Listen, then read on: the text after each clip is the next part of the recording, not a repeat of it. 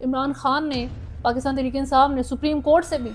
جو ہے وہ رجوع کر لیا ہے۔ اس وقت انٹرنیشنل میڈیا کے اوپر آفیشلی پاکستان ایک ملٹری لیڈ کنٹری کے نام سے بلایا جا رہا ہے۔ سسٹم نے قواس کو اور عمران خان کو ایک ہی جج کے ہاتھوں کرپشن کے کیسز میں کنوکٹ کروا دیا ہے۔ السلام علیکم، میں ہوں ہاشمی، آپ جو میرے فیس بک اور یوٹیوب چینل کے اوپر دیکھ رہے ہیں۔ کل عمران خان کو سائفر کیس میں جج ابو الحسنات کی طرف سے 10 سال قید با مشقت کی سزا سنائی تھی، اور آج 24 گھنٹے کے اندر توشہ خانہ کی سماعت ہوتی ہے، جو کل اس وجہ سے ملتوی کرنی پڑی تھی کیونکہ جج محمد بشیر کی طبیعت خراب تھی۔ آج اس سماعت میں فیصلہ سنا دیا جاتا ہے عمران خان کو اور بشرا بی بی کو 14 سال قید با مشقت، 10 سال کے لیے کسی بھی سرکاری عہدے کے لیے نااہل ہیں، اور 1 ارب 57 کروڑ 40 لاکھ کا جرمانہ بھی ان کو جو ہے ان کے اوپر لگایا گیا ہے۔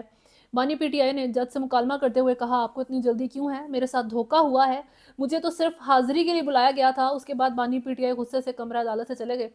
عمران خان نے کہا، مجھے تھوڑا وقت دیں، میرے وکلا آ رہے ہیں، تاہم جج محمد بشیر نے بانی پی ٹی آئی کو وقت دینے سے انکار کر دیا۔ گوہر علی خان کا یہی کہنا تھا اس معاملے میں کہ 10 بجے کی جو ہے سماعت میں 10:30 پونے 11 ہو جاتے ہیں، بشرا بی بی راستے میں تھی، وکیل ابھی نہیں پہنچے تھے، اور اس ساری چیز سے پہلے ہی جو ہے جج صاحب نے فیصلہ سنا دیا ہے اس مختصر عدالت میں، بالکل اس طریقے سے جیسے کل سائفر کیس کا ایک مختصر سماعت کے بعد فوراً فیصلہ سنا دیا جاتا ہے۔ جج محمد بشیر ایک ایکسیپشنل جو ہے وہ جج ہیں، انہوں نے نواز شریف کو بھی کنوکٹ کیا تھا 2018 میں، اور انٹرسٹنگ بات یہ ہے کہ تب بھی انہوں نے ہائی کورٹ میں ریکویسٹ کی تھی جج محمد بشیر نے کہ مجھے نواز شریف کے کیس سے الگ کر دیں، یعنی کہ وہ نہیں سننا چاہ رہے تھے اس کیس کو، وہ ایکسیپٹ نہیں ہوئی، الٹیمیٹلی ان کو ان کا فیصلہ بھی سنانا پڑا۔ اس کے بعد عمران خان کے کیس میں انہوں نے لیو مانگی تھی 14 مارچ تک، اپنی ریٹائرمنٹ کے دن تک کی، لیکن وہ بھی ایکسیپٹ نہیں ہوئی، یعنی کہ وہ عمران خان کے بھی اس کیس سے جو ہے خود کو الگ کرنا چاہ رہے تھے۔ یہ ایک ہی لائن میں اس وقت سسٹم نے کانسٹیٹیوشن کے لحاظ سے یا کانسٹیٹیوشن سے ہٹ کے کمپلیٹلی، کیونکہ یہ ہماری جو ملک ہے وہ ڈیریل ہوا ہے، تو ان حالات میں نواز کو اور عمران خان کو ایک ہی لائن میں اور ایک ہی جج کے ہاتھوں کرپشن کے کیسز میں کنوکٹ کروا دیا ہے۔ عمران خان جو ہے توشہ خانہ کیس میں کنوکٹ ہوتے ہیں، جو کہ کرپشن کا کیس ہے، اور نواز شریف کا بھی کرپشن کا ہی کیس تھا، لیکن اس میں جو امپورٹنٹ کچھ باتیں ہیں وہ اس طریقے سے دیکھنی ضروری ہیں کہ پاکستان تحریک انصاف کی الیکشن کیمپین کے اوپر اس کا کیا اثر آئے گا۔ وہ کل سے ابھی تک سیم ہی ہیں۔ گوہر علی خان اور ان کی جتنے بھی اس وقت لیڈرشپ ہے، ان کا کہنا ہے کہ آپ نے 8 فروری کو اپنی ووٹ کی طاقت سے دکھانا ہے کہ آپ کو کتنا غصہ ہے اور عمران خان کو آپ کتنا زیادہ سپورٹ کرتے ہیں۔ لیکن ابھی جو ہے عمران خان نے پاکستان تحریک انصاف نے سپریم کورٹ سے بھی جو ہے وہ رجوع کر لیا ہے۔ بانی P T I Imran Khan کی جانب سے سپریم کورٹ میں دائر اپیل میں یہ کہا گیا ہے کہ آرٹیکل 63(1)H کے تحت نااہلی کا نوٹیفیکیشن درست نہیں ہے۔ اس آرٹیکل کے تحت نااہلی کے لیے اخلاقی جرم کا ہونا بھی ضروری ہے۔ اپیل میں مزید کہا گیا کہ توشہ خانہ کیس میں سزا اخلاقی بنیاد پر نہیں ہوئی ہے۔ عمران خان نے اپنی اپیل میں استدعا کی ہے کہ ریٹرننگ افسر الیکشن ٹریبیونل اور ہائی کورٹ کے فیصلے کالعدم قرار دیں، اور عدالت NA 89 میاں والی NA 122 لاہور سے انتخابات کے لیے عمران خان کو اہل قرار دے۔ یہ امپورٹنٹ اس وقت جو ہے نا یہ اپڈیٹ آتی ہے اس سارے کیوس میں جو اس وقت ملک کے اندر چل رہا ہے۔ لیکن 8 فروری سے پہلے الیکشن سے پہلے عمران خان کے فیصلوں کے آنے کی جو کمپلشن ہے، اس کے پیچھے کیا یہی ریزن ہے صرف کہ جو ان کا سپورٹر ہے، ووٹر ہے، اس کو ڈی موٹیویٹ کیا جائے، ڈیریل کیا جائے تھوڑا سا، یا پھر بیہائنڈ دا کرٹنز کوئی اور سٹوری بھی موجود ہے؟ 2022 میں نو کانفیڈنس ووٹ کے بعد عمران خان کو جو یہ ہٹ ہوئی تھی، اسٹیبلشمنٹ نے ایک چیز بڑے اچھے طریقے سے لرن کر لی تھی کہ جی جو سیاسی شہید بن گئی ہے پی ٹی آئی، اور جو ایک پاپولیرٹی کو راکٹ لگا ہے، کوئی مسٹیک ایسی پھر سے نہیں کرنی کہ یہی معاملہ ایک دفعہ پھر ہو جائے۔ 9 مئی کے واقعے کو استعمال کیا گیا تھا عمران خان کی پاپولیرٹی کو بریک لگانے کے لیے، اس کو کم کرنے کے لیے، اور اس وقت وہ پھر سے ایسی اگر حرکت، ایسی کوئی مسٹیک کرنا چاہتے تو وہ